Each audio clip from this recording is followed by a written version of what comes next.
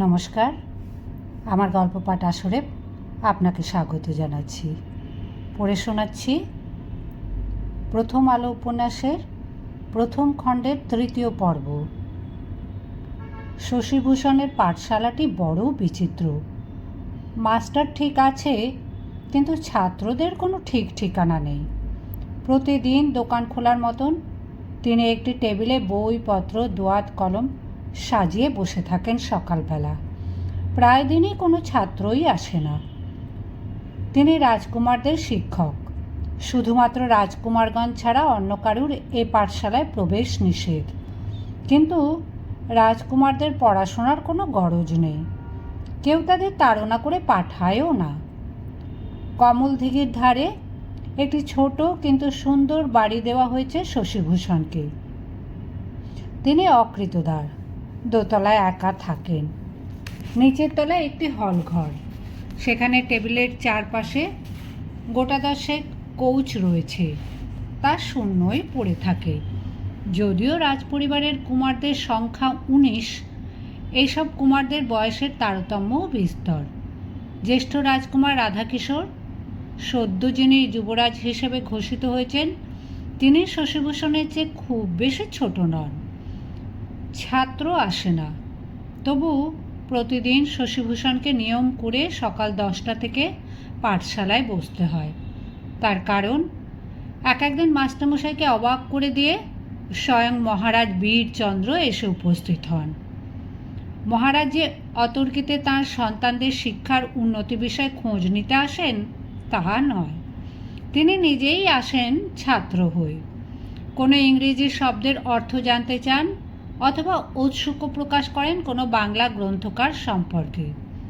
মহারাজ বীরচন্দ্রের তেমন প্রথাগত শিক্ষা নেই, কিন্তু অভিজ্ঞতায় অনেক কিছু শিখেছেন। 2-4টি ভাঙা ভাঙা ইংরেজি বাক্য বেশ চালিয়ে দিতে পারেন। বাংলা বইও বেশ কিছু পড়া আছে। রাজকুমারদের গৃহশিক্ষকের বেতন তো ভদ্রগোছের বটেই, পদমর্যাদাও গুরুত্বপূর্ণ। স্বয়ং মহারাজ ছাড়া তিনি আর কারুর অধীনে নন। যে রাধারমণ ঘোষমশাই এখন মহারাজের একান্ত সচিব, যার পরামর্শ ছাড়া মহারাজ এক পাও চলেন না, সেই তিনিও রাজপরিবারের শিক্ষক হিসেবেই প্রথম এসেছিলেন। এখন তার স্থান মন্ত্রীরও ওপরে। রাধারমণের রাজনৈতিক জ্ঞান তীক্ষ্ণ, আবার তিনি বৈষ্ণব সাহিত্যেও সুপণ্ডিত। তাঁর প্রভাবেই মহারাজ বৈষ্ণব পদাবলিতে আসক্ত হয়েছেন। এখন তিনি স্বয়ং কবিতা ও গীত রচনা করেন। যদিও তার বাংলা বানানের বাপ মানেই, শশীভূষণ সেই সব বানান শুদ্ধ করে দেন অনেক সময়। শশীভূষণের রাজনৈতিক উচ্চাভিলাষ নেই। শিক্ষকতা ছেড়ে তিনি রাজকার্যে মাথা গলাতে চান না। ছাত্র নেই, অথচ শিক্ষক হিসেবে মাসে মাসে বেতন নিয়ে যাচ্ছেন, এজন্য তার বিবেক দর্শন হয়। এ বিষয়ে তিনি মহারাজের কাছে অনুযোগ করেছিলেন। পদত্যাগ করে ফিরে যেতেও চেয়েছিলেন। মহারাজ সেসব কথা হেসে উড়িয়ে দেন। মহারাজ বলেন, ছাত্র নেই বলে তুমি ব্যস্ত হচ্ছ কেন মাস্টার? আমি তো তোমার একজন ছাত্র, আমাকে পড়াবে। রাজকুমারগুলো অকস্মাৎ ঢেঁকি, ওগুলোকে কি গলায় দড়ি বেঁধে টেনে আনা যায়? তুমি বরং পর্বত হও মাস্টার, পর্বত হও। এ কথা ঠিক অর্থ বুঝতে না পেরে শশীভূষণ নীরবে তাকিয়ে থাকেন। মহারাজ উচ্চ হাস্য করে বলেন, বুঝলে না কথাটা? মোহাম্মদ যদি পর্বতের কাছে না যান, তাহলে পর্বতই আসবে মোহাম্মদের কাছে, তাই না? ছোঁড়াগুলো এদিক ওদিক ঘুরে বেড়ায়, তুমি এখানে বসে না থেকে ওদের এক একটাকে ধরবে, তারপর গল্প গুজব করার ছলে তাদের একটু আধটু সটকে শেখাবে। কোনো শুদ্ধ কথার বানান জিজ্ঞেস করবে, আর কিছু না হোক তোমার মুখে ওই কলকাতায় ভাষা শুনলেও ওদের অনেকটা জ্ঞান হবে। কথাটা শশীভূষণের মনোপুত হয় না। ছেলে ধরার মতন যেখানে সেখানে ছোটাছুটি করে ছাত্র পাকড়াও করার প্রবৃত্তি নেই তার। শশীভূষণ বলেছিলেন, মহারাজ আপনি সময় পান না, কিন্তু আপনি যদি রানীদের বলে দেন যে প্রত্যেক দিন অন্তত 2 ঘন্টার জন্য ছেলেদের পাঠান আমার কাছে। তাকে থামিয়ে দিয়ে মহারাজ বলেছিলেন, রানীরা পাঠাবে? রাজবাড়ির অন্দরমহল সম্পর্কে তোমার কোনো ধারণা নেই, বোঝাই যাচ্ছে। রানীদের সঙ্গে তাদের ছেলেদের দেখা হয় ভেবেছ? কখনো না। খোকাগুলো যেই দামড়া হয় অমনি তারা ছটকে যায়, তারপর ঠাকুরদের সঙ্গে ঘোঁট পাকাতে শুরু করে। রাজবাড়ির ছেলেদের প্রধান খেলাই হলো ষড়যন্ত্র, কে কাকে হঠিয়ে সিংহাসনের দিকে এগোবে। 12-13 বছর বয়স থেকে এই খেলা শুরু করে দেয়। রানীরাও তাতেই খুশি। ছাত্র যে একেবারেই আসে না তা নয়, কুমার সমরেন্দ্রচন্দ্র আসে মাঝে মাঝে। কিশোর বয়সী রাজকুমার প্রধানা মহিষীর সন্তান এবং মহারাজের বিশেষ প্রিয়, তা জানেন শশীভূষণ। সুশ্রী এই কিশোরটি বেশ মেধাসম্পন্ন। এই বয়সেই তার ফটোগ্রাফির দিকে ঝোঁক। নিজস্ব 2টি ক্যামেরা আছে। লেখাপড়া করার বদলে সে মাস্টারমশাইয়ের কাছে ছবি তোলা বিষয়ে অনেক কিছু জানতে আসে। বিদেশি ক্যামেরা কোম্পানির লিটারেচার এনে অর্থ জানতে চায়। তার বইমাত্র ভাই উপেন্দ্রও আসে এক একদিন অঙ্কের হিসেব বুঝে নিতে। কার সঙ্গে যেন সে তুলোর ব্যবসা করে। রাজবাড়ির অনেকেই বিভিন্ন ব্যবসার সঙ্গে জড়িত। উপেন্দ্র যেদিন আসে তার সঙ্গে থাকে আরও 3-4 জন কুমার। তারা শুধু সঙ্গেই আসে। শশীভূষণের কাছ থেকে কোনো রকম পাঠ নিতে তারা সরাসরি অস্বীকার করে। আবার দৈবাৎ যদি একই দিনে সমরেন্দ্রচন্দ্র ও উপেন্দ্র এসে পড়ে, তখন বোঝা যায় ওদের মধ্যে বাক্যালাপ নেই। দুজনে ঘাড় গোঁজ করে চেয়ে থাকে দুদিকে। একদিন শুধু এই 2 ভাই একত্রে গলা মিলিয়ে এক বিষয় প্রতিবাদ করেছিল। এখানকার একটি কিশোরকে শশীভূষণের বিশেষ পছন্দ। চিনে বাদামের মতন গায়ের রং, সুঠাম চেহারা, চক্ষু দুটি যেন কাজল টানা। এই ছেলেটির নাম ভরত। প্রথম এসে শশীভূষণ দেখতেন এই ছেলেটি তার গৃহের কাছাকাছি ঘুরঘুর করে। দিনহীনের মতন বেশবাস দেখে শশীভূষণ ভেবেছিলেন ছেলেটি বুঝি বাগানের মালি। একদিন তিনি জানলা দিয়ে লক্ষ্য করলেন ছেলেটির হাতে একটি বই। সে একটা কাঁঠাল গাছের নিচে দাঁড়িয়ে জোরে জোরে কী যেন পড়ছে। একটি ছাত্র পাবার সম্ভাবনায় পুলকিত হয়ে শশীভূষণ হাতছানি দিয়ে তাকে কাছে ডাকলেন। ছেলেটি জানলার কাছে এসে দাঁড়ালো। শশীভূষণ বললেন, তুমি পড়াশোনা করো? ভেতরে এসো, ভেতরে চলে এসো। ছেলেটি করুণভাবে বলল, না গো মাস্টারবাবু, বিধান নেই, আমি কুমার নয় গো। শশীভূষণ তবু জোর করে তাকে কক্ষের মধ্যে আনতে যাচ্ছিলেন। তখন মনে পড়ল তাকে স্পষ্ট বলে দেওয়া হয়েছে যে রাজকুমার ছাড়া অন্য কারুর এখানে প্রবেশ নিষেধ। সাধারণ ছাত্রদের জন্য আগরতলায় নয়া হাভেলিতে একটা স্কুল খুলে দেওয়া হয়েছে। শশীভূষণ নিজেই বাইরে বেরিয়ে এলেন। ছেলেটিকে জিজ্ঞেস করলেন, তোমার হাতে ওটা কি বই দেখি? সেখানে হাতে নিয়ে শশীভূষণ চমৎকৃত হলেন। মলিন ছিন্ন দশা সেই বইটি আসলে বঙ্গদর্শন পত্রিকার একটি পুরনো সংখ্যা। সামান্য একটা হেঁটো ধুতি পরা খালি গায়ের এই কিশোরটি বঙ্গদর্শনের পাঠক? এও কি সম্ভব? রাজকুমারেরা প্রায় কেউই যুক্তাক্ষর ঠিক মতন পড়তে পারে না। তিনি বললেন, কি হে, এই বই নিয়ে তুমি কি করছো? তুমি অ আ ক খ পড়তে জানো? পত্রিকা রইল শশীভূষণের হাতে। ছেলেটি চক্ষু বুজে মুখস্থ বলতে লাগল, ভারতবর্ষে তাহাদের ঐশ্বর্য অতুল, অদ্যাপিও তাহার তুল্য বিভব ভারতে কাহারও নাই। এক্ষণে ভারতবর্ষে এমন বণিক কে আছে যে কথায় কথায় কোটি মুদ্রার দর্শনে হুন্ডির টাকা নগদ ফেলিয়া দেন? যখন মীর হবিব মুর্শিদাবাদ লুট করিয়াছিল, তখন সে জগৎ শেঠের ঘর হইতে 2 কোটি কেবল আরকাটির টাকা লইয়া গিয়াছিল। দেশি টাকার কথায় কাজ কি? সেই 2 কোটি টাকা তাহাদিগের তৃণ বলিয়া বোধ হয় নাই। তাহারা পূর্ববৎ নবাবকে একবারে কোটি মুদ্রা দর্শনী দিতে লাগিলেন। শশীভূষণের বিস্ময়ের অবধি রইল না। পদ্যও নয়, বঙ্কিমের চন্দ্রশেখর উপন্যাস থেকে সঠিক মুখস্থ বলছে ছেলেটি। শশীভূষণ এমন কখনো দেখেননি। বইপত্রের অভাব বলে এই একটি পত্রিকায় ছেলেটি বারবার পড়েছে। বঙ্কিমচন্দ্রের সঙ্গে শশীভূষণের অল্প স্বল্প পরিচয় আছে। তিনি তৎক্ষণাৎ ঠিক করলেন বঙ্কিমবাবুকে এই ঘটনাটা চিঠি লিখে জানাবেন। বঙ্কিমবাবু নিশ্চয়ই কল্পনাই করতে পারেন না যে এই সুদূর পাণ্ডববর্জিত দুর্গম পাহাড় জঙ্গলের দেশে তার এমন একটি নিবিষ্ট পাঠক আছে যে দাড়ি কমা সমেত তার ভাষা কণ্ঠস্থ করেছে। এরকম পাঠক পাওয়া যে কোনো লেখকের পক্ষেই ভাগ্যের কথা। শশীভূষণ জিজ্ঞেস করলেন, তুমি কার কাছে পড়তে শিখলে? ছেলেটি নতমুখে লাজুক স্বরে বলল, নিজে নিজে শিখেছি, ভালো পারি না, অনেক কথা বুঝি না। আর কাটি টাকা কি মাস্টারবাবু?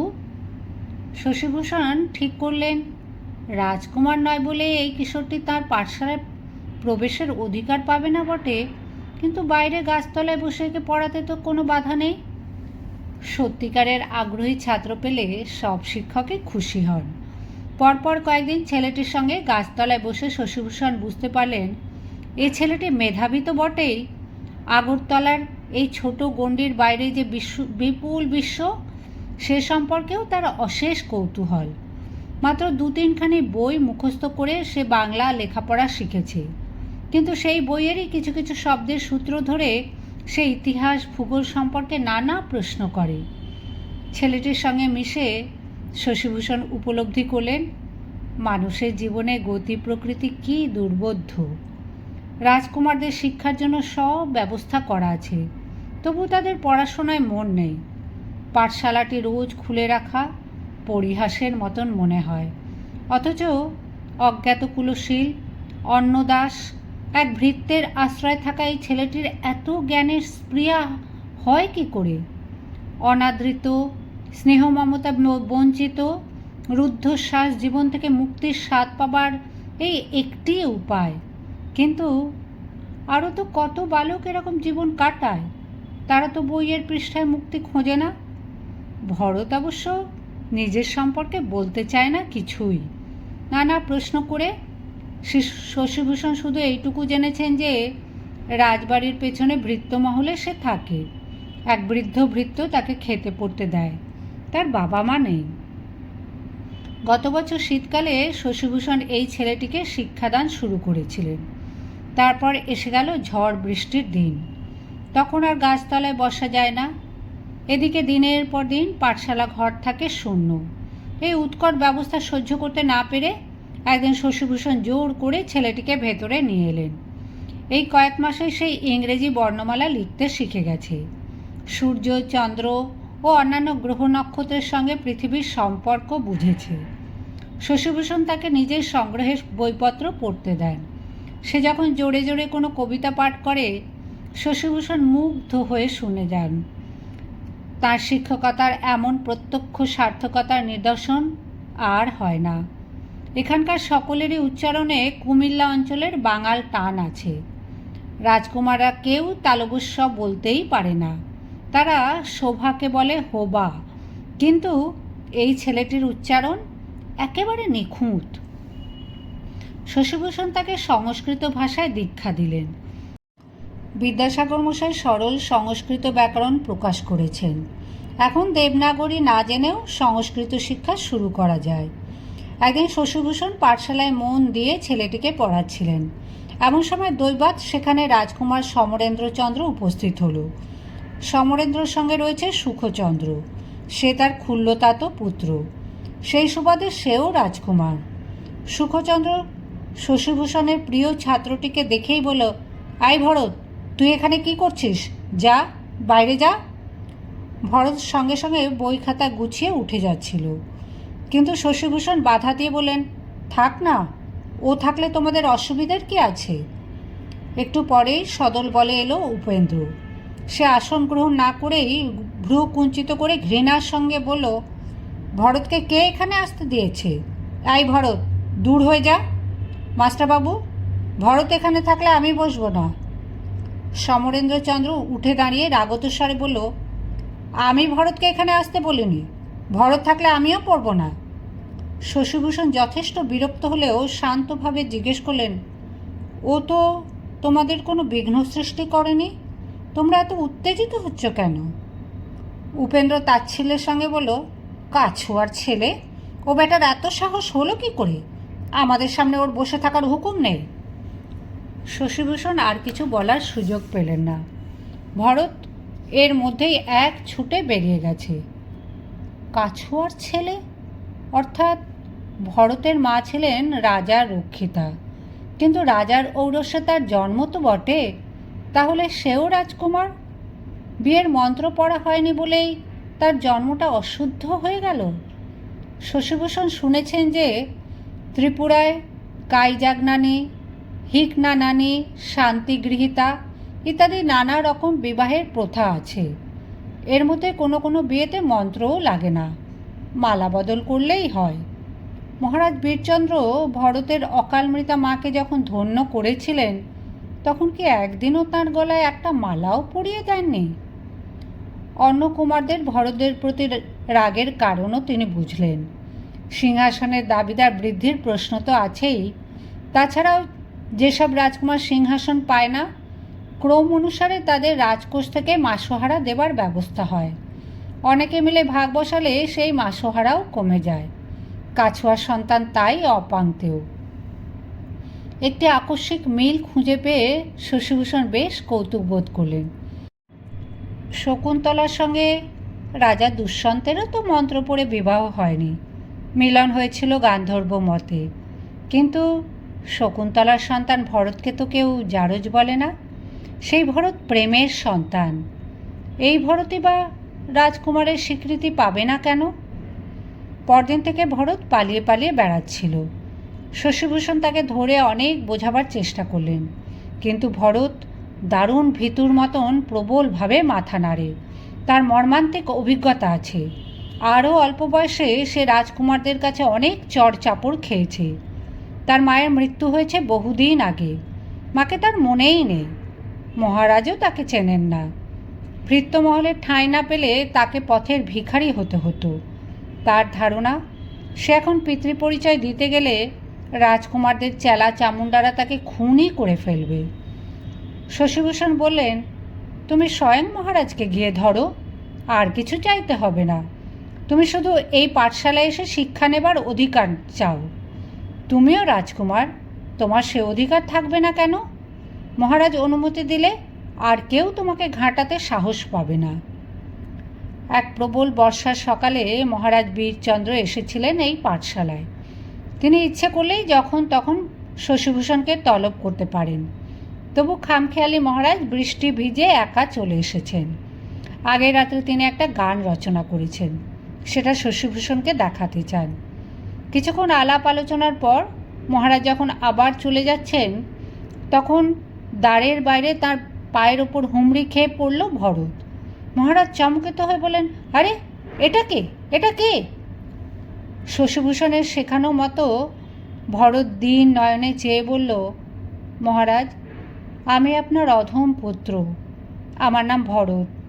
আমি আপনাকে প্রণাম করারও সুযোগ পাই না দেবতা। ভরতের মুখ মহারাজের অপরিচিত, তবু সে তার আত্মজ শুনেও তিনি তেমন অবাক হলেন না। স্মিত মুখে সুদর্শন কিশোরটির দিকে চেয়ে থেকে তিনি জিজ্ঞেস করলেন, তোর মায়ের নাম কী রে? ভরত যুক্ত হাত কপালে ঠেকিয়ে বলল, আমার মা স্বর্গে গেছেন, তার নাম ছিল কিরণবালা দেবতা। মহারাজ ঊর্ধ্বনেত্র হয়ে ক্ষণকাল চিন্তা করলেন। এই ছেলেটির মা খুব সম্ভবত আসামের কন্যা। আসামের সন্তানেরা পিতাকে দেবতা বলে সম্বোধন করে। কিরণবালা, কিরণবালা নামটা একেবারে অপরিচিত নয়। একটা অস্পষ্ট মুখও মনে পড়ছে। কেন মনে পড়ছে? অনেককাল আগে হারিয়ে যাওয়া এক নারী, সে নারী রানীও ছিল না, তবু যেন মনে পড়ে। সে হি হি করে খুব হাসত, মনে আছে সেই হাসির জন্যই। হ্যাঁ, সেই কিরণবালা একটি সন্তানের জন্ম দিয়েই মারা গিয়েছিল বটে। অবৈধ সন্তানদের প্রতিও মহারাজের কিছুটা দুর্বলতা আছে। এরা তার পৌরুষের জীবন্ত প্রমাণ। ভরতের দিকে হাত বাড়িয়ে তিনি বললেন, ওঠ, তুই কি চাস আমার কাছে?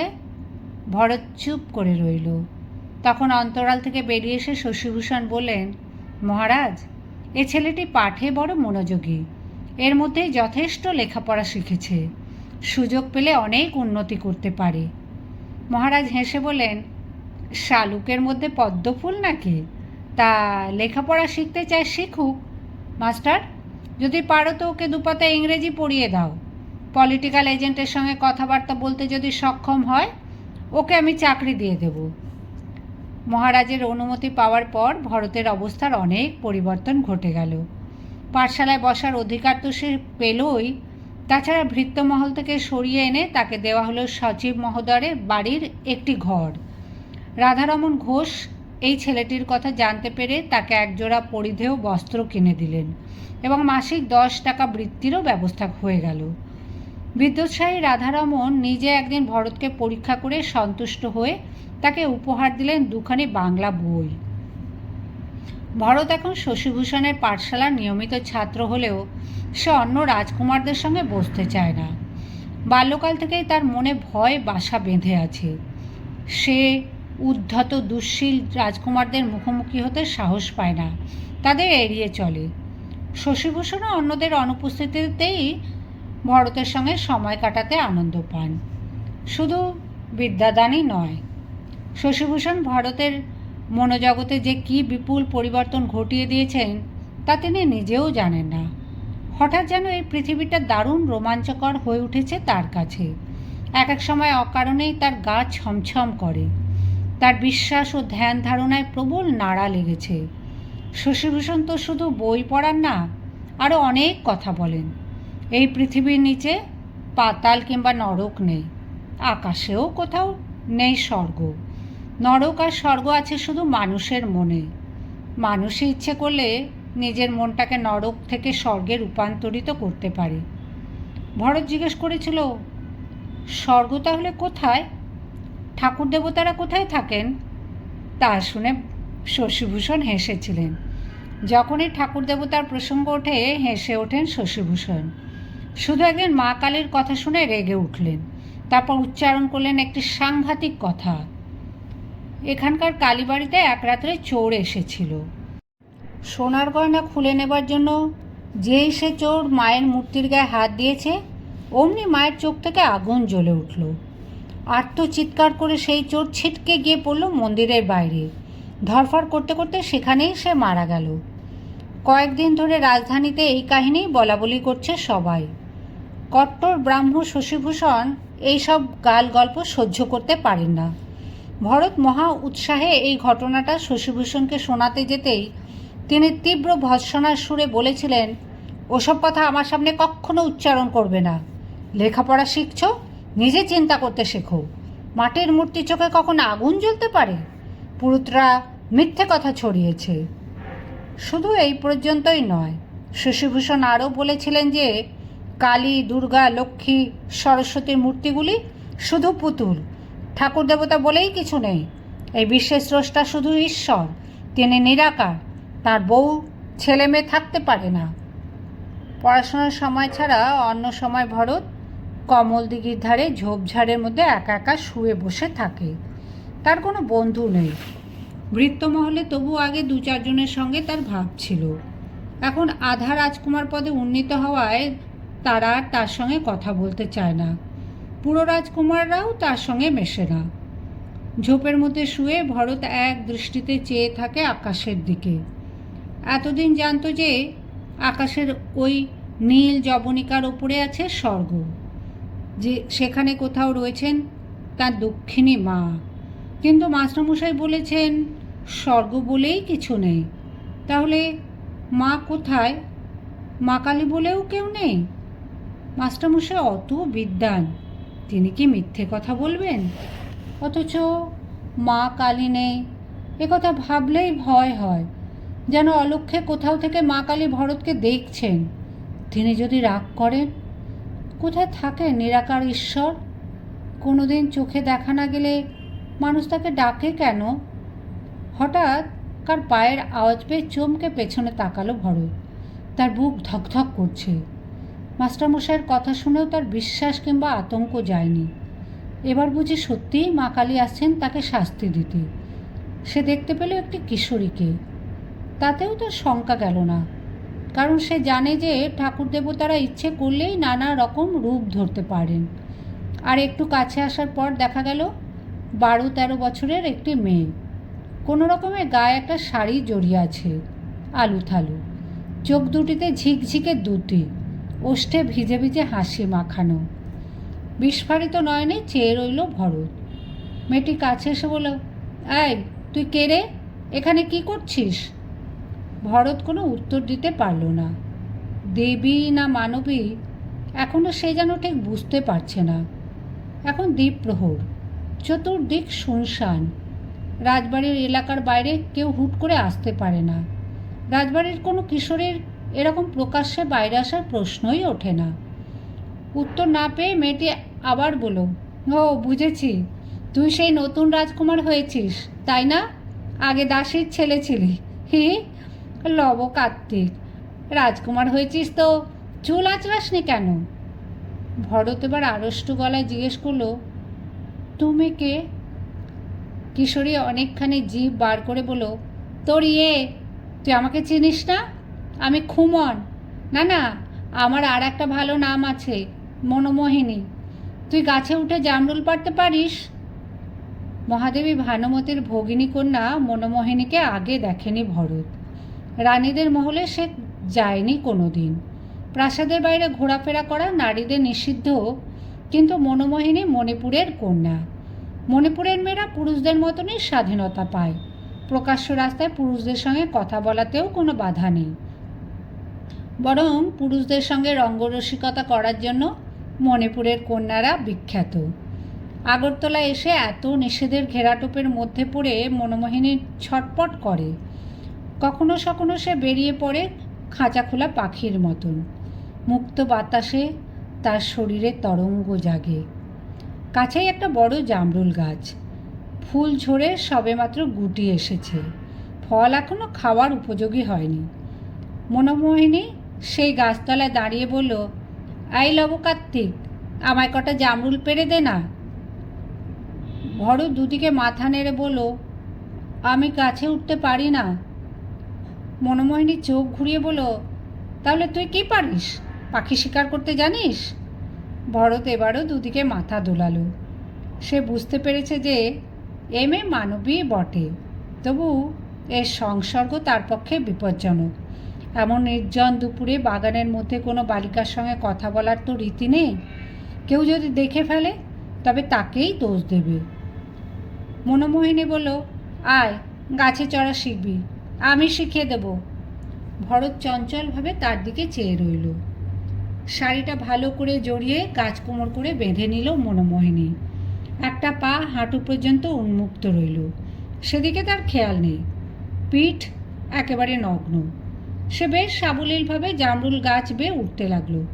খানিকটা উঠে বলল, এবার আয়, আমার হাত ধর। নির্নিমেষে সেদিকে চেয়ে রইল ভরত, যেন একটা ঢেউয়ে ভেসে যাচ্ছে বাস্তবতা। সে যেন এখানে আর উপস্থিত নেই। সে দেখতে পাচ্ছে বইয়ের পৃষ্ঠার কোনো কাহিনী। এই মনোমোহিনী যেন বঙ্কিমচন্দ্রের উপন্যাসের কোনো নারী। সই বলিনি, কিন্তু সে তো প্রতাপ নয়, সে ভরত। তার বুকের মধ্যে দুম দুম শব্দ হচ্ছে, জ্বালা করছে তার কান দুটি। এই দৃশ্যটিতে সে অনুপযুক্ত। সে উঠে অন্যদিকে হাঁটতে শুরু করলো। মনোমোহিনী নির্দ্বিধায় চেঁচিয়ে উঠল, এই এই, কোথায় যাচ্ছিস? এই লব কার্তিক, পালাচ্ছিস কেন? আয়, শিগগির আয়, নইলে আমি নেমে গিয়ে তোর কাছা খুলে দেব। এবারে জোরে ছুট দিয়ে জঙ্গলের মধ্যে লুকিয়ে গেল ভরত।